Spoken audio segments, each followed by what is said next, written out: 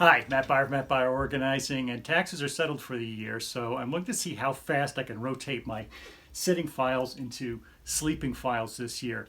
Took about 17 and a half minutes last year. I'm going to set the timer for that time and get going.